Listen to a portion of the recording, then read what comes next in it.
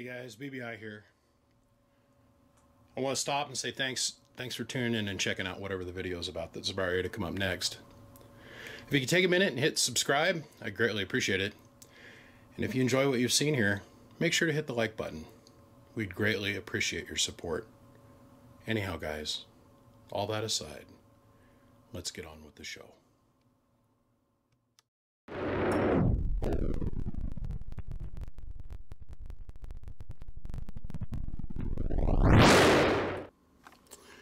So this is a brand new, built in 2017, received at the very end of 2017, xforce straight 6 pill.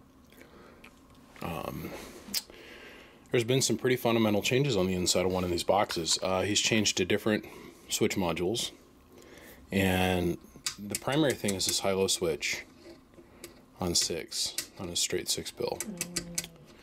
This high-low switch, what it actually does is there's a set of diodes and then a transistor and then a capacitor and a couple little bits that are in here.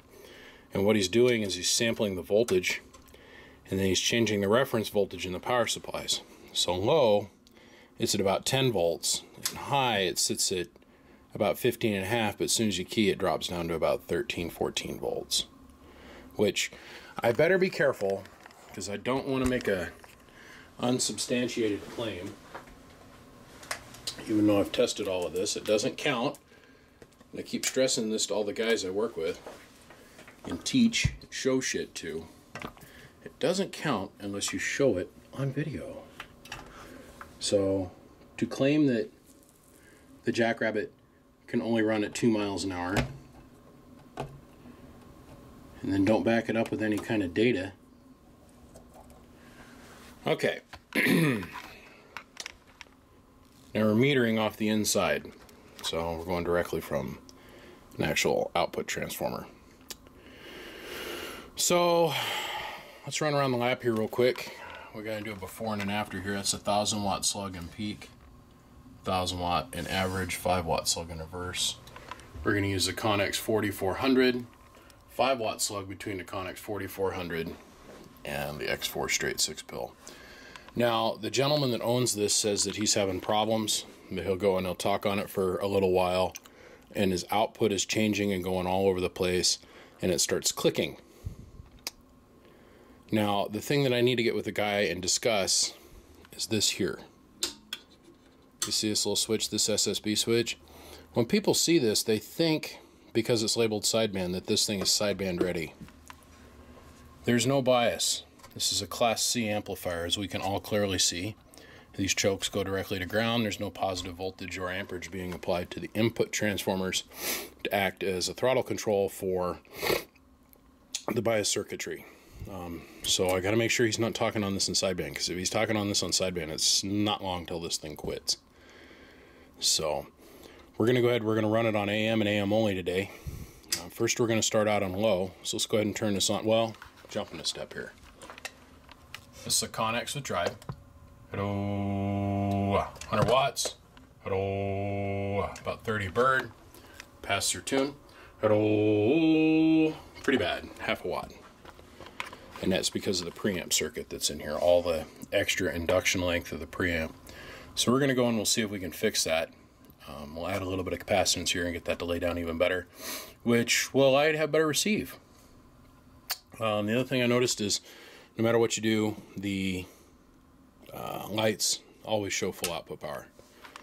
So we're going to change that down a little bit. So low is 11.23 volts. High is 15.4. So please note we're talking about a 6 pill here, a straight 6 pill with 110 watts worth of input power. Okay. So first off, we'll start out on low.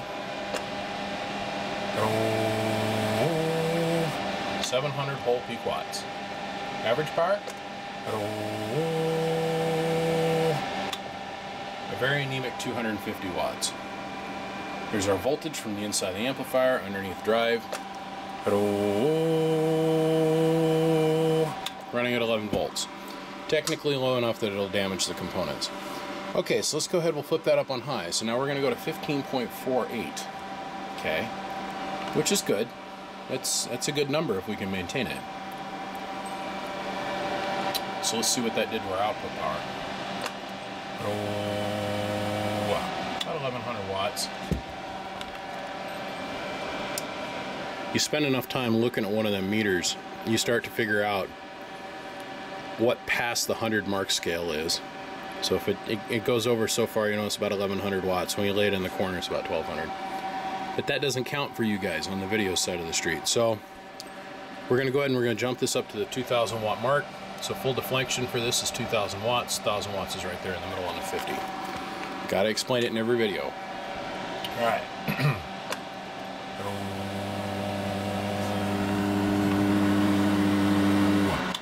About 1150. Our average power. Now we're up to 500 bird. Here's our voltage under operation.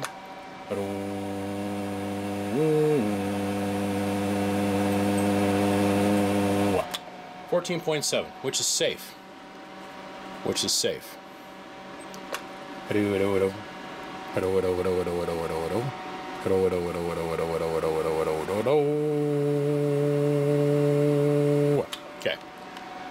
Let's go look at our input tune.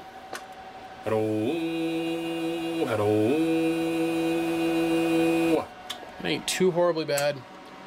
I've seen way worse. And it's going to change. Let's go back down to low. I want to show you what the difference is on low here.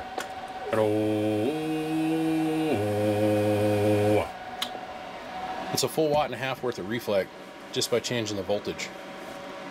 Low and high. So now I got to get with the customer and I got to find out if he actually wants this thing to be biased for sideband, which will help it be a little bit cleaner. But that's our before test. So now let me go in here and make some changes. Now, I will give them credit on this. I'll give them credit on this, that they have changed their design in 2 key ways. They're using bigger wire, finally, to come off of the power supplies to the distribution of the amp. So we're finally getting away from using 22 gauge wire coming off the power supplies to run the amplifier. That's a good thing. The other thing is that they've installed down here a board on the back of the heatsink for the first time ever to block and direct airflow, so the air has to travel across the heatsink to exhaust the cabinet instead of just rushing out the side. That's pretty neat. The thing they have changed is, well, of course, this whole cabinet now, instead of this being one continuous piece, this is a flat, and this is a flat, and that's a flat, which makes it cheaper for shipping when it's in its base components. But how the holes are punched out here at the bottom for the vent, all the way across now we've got a 1/4 inch gap that just lets air run out. But I don't think that's going to be significant enough to actually bother changing that. So, yeah, let's see. One last thing. Standard soldering iron.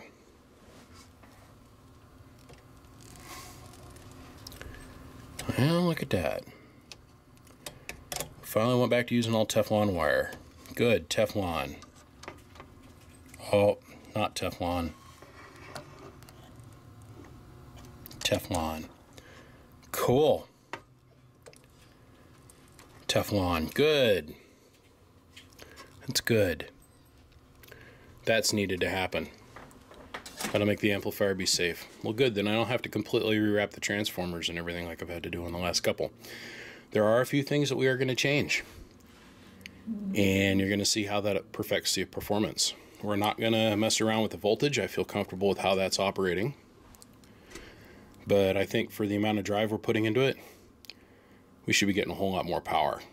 So let me get in here, do my little McNasty to it, and you're going to see what happens.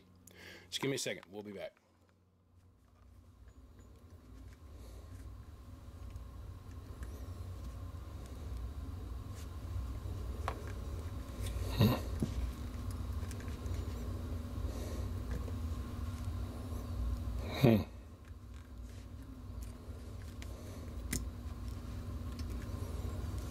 Yep. Yeah. Let's replace it with some metal clads. There's the reason that you're having your output power issues. These capacitors that were sitting here are broke down and they're changing value when they get hot. So give me just a second on that. More to come.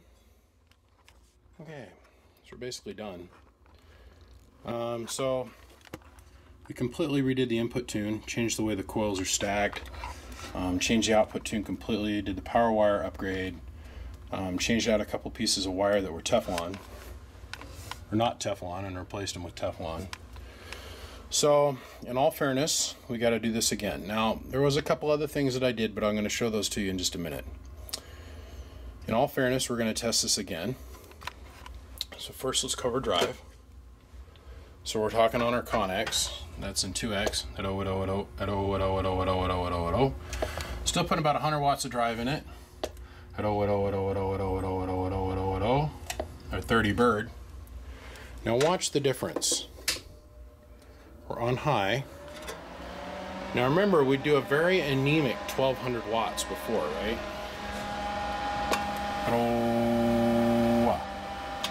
We're at 1450, 1480, so we found 280 watts in the box. Picked up 150 bird and our input tune. It's stupid flat now. Oh.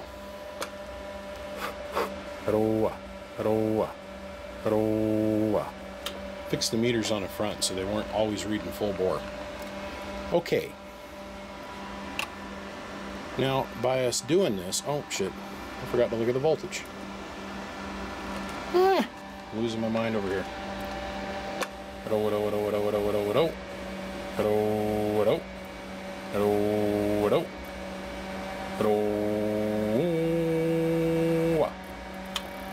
So,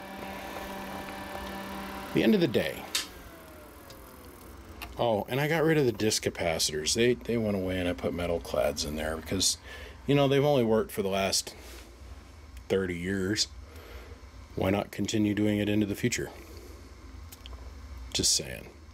The other thing I did is, brother, you expressed some concern to me about this connection down here. I went ahead and I took this whole switch apart and soldered all the eyelets. That way you could just let that be rested in your mind and put it all the way back together. And the other thing I did is I made it so that the poles are swapped. And what I mean by that is you had the input. This is your actual black lead, even though I was using white wire.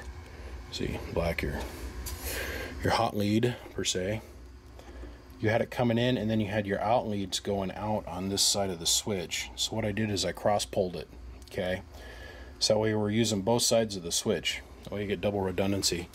The customer explained to me that as soon as he got it, he plugged it in, turned it on, the switch quit. Turned it in, plugged it on, plugged it in, turned it on, and talked on it for a couple minutes and went to shut it off, and it wouldn't shut off right out the box. So by cross-polling it, we're going to use both sides of the switch, so the equal amount of current is carried down both sides of the switch. So this is double what is actually needed to make this job work. Per us discussing it on the phone, brother, you don't have sideband, this is a delay. Okay, preamp is working and your pass-through tune is now flatter than a post.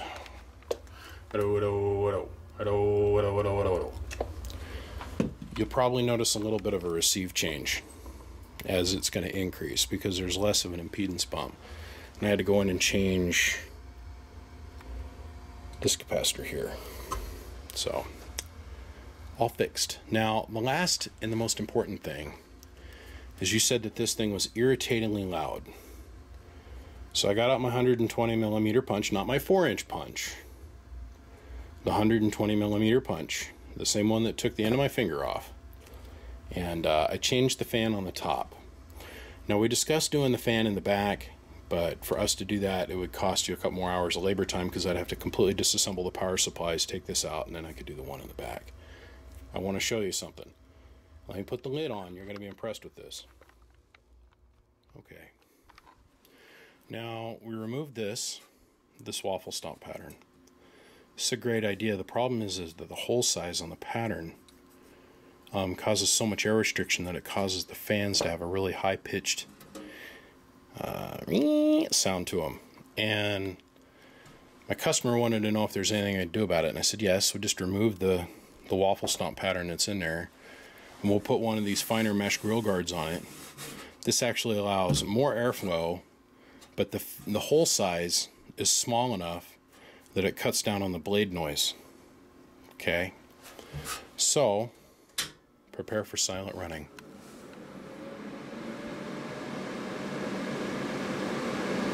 Significantly quieter than what it was.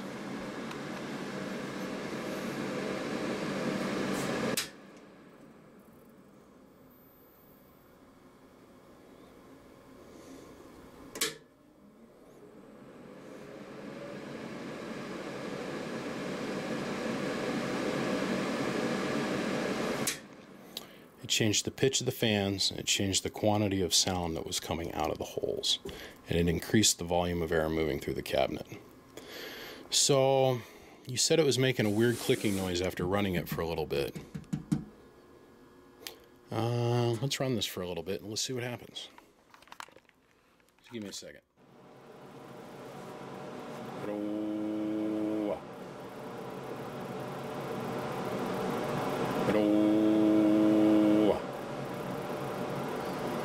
I have a feeling that what was happening was as your output capacitors were getting hot in operation, it was causing the amplifier to fall out of resonance, which was causing your relay to chatter a little bit.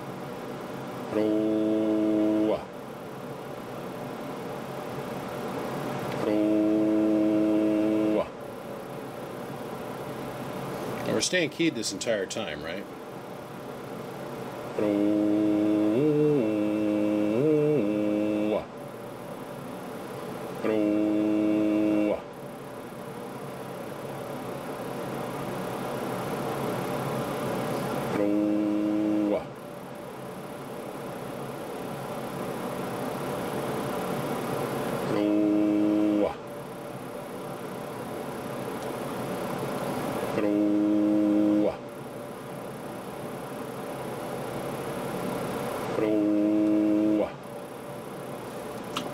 Let's unkey for a second. You're warm now. Well, maybe we're not driving it hard enough. Let me shut the Connex off. Let me set something else up here. Okay, so what we've done is we brought the 2-pill into the equation. Shut the amp down. Brought the 2-pill into the equation. Go back down to the 1X.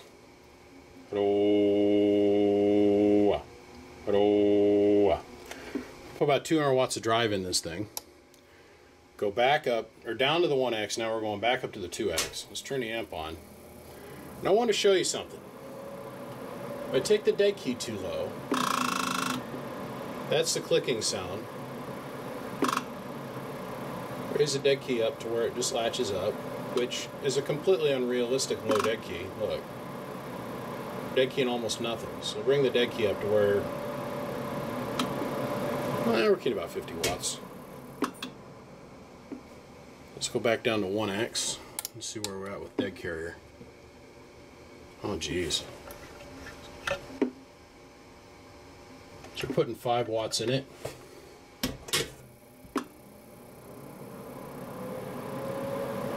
So how about 45 watt dead key is what we're getting out of it. Look at what happens when we increase the drive.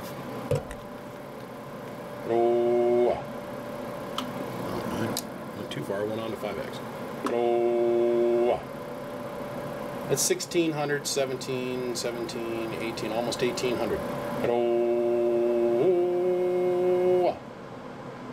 okay, 1670. Oh,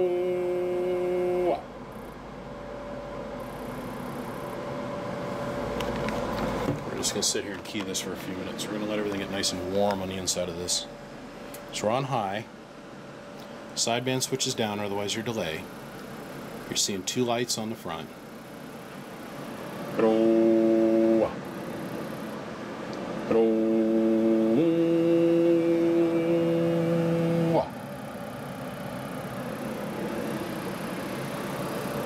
Let's feel our heat coming out the back here.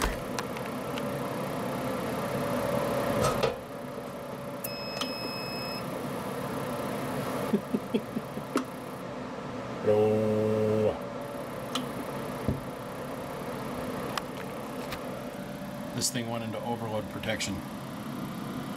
See? Overload. It trips. It made the lights go blink. It caused that thing, and then it says I'm pulling too much current for too long of a time.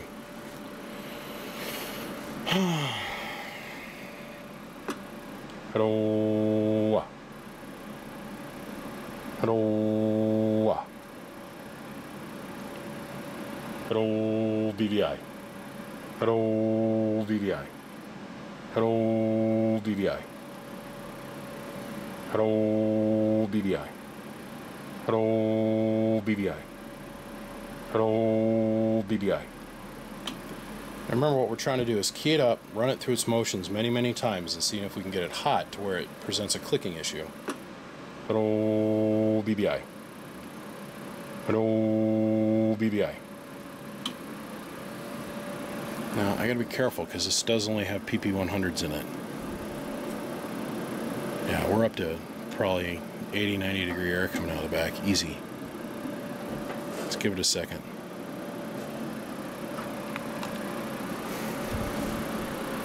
It's hot. We're getting it hot. The power supplies are working as hard as they're ever going to work. The transistors are working as hard as they're ever going to work. The relay's carrying as much as far as voltage is concerned, as far as watts, as it's ever going to carry. Hello. Hello. Hello. Hello. Hello. Hello. Hello. Hello. Hello. Hello. Hello. I just don't see it presenting a problem. I'd have to say that maybe your dead key is a little bit too low, and it's not significant enough to get the relay to continue to be latched. You do have the option of turning on your delay, and all that does is it adds a capacitor to the circuit that'll help keep the relay latched up, and it won't make the clicking noise anymore if you go too low in a dead key.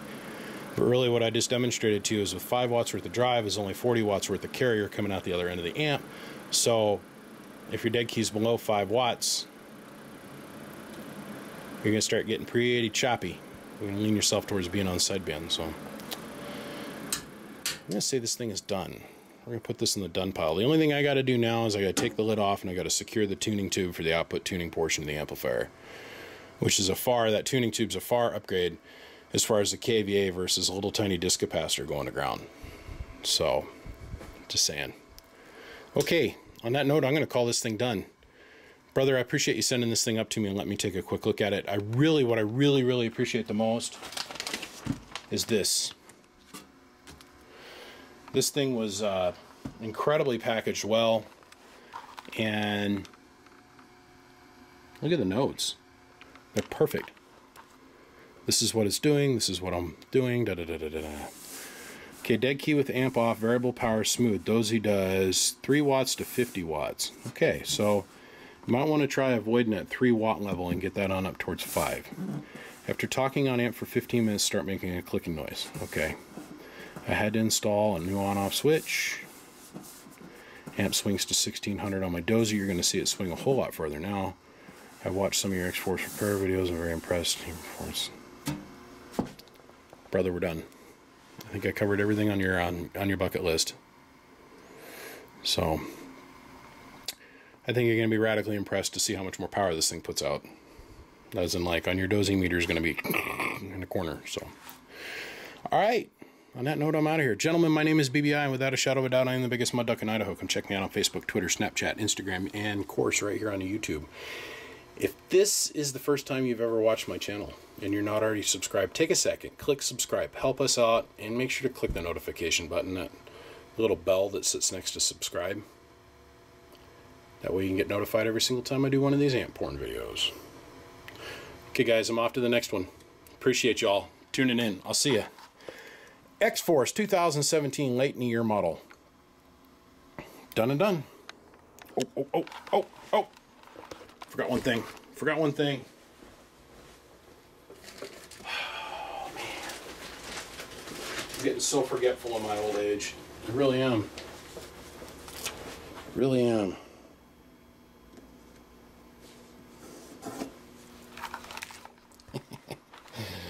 see you guys. Good night. Bump, bump.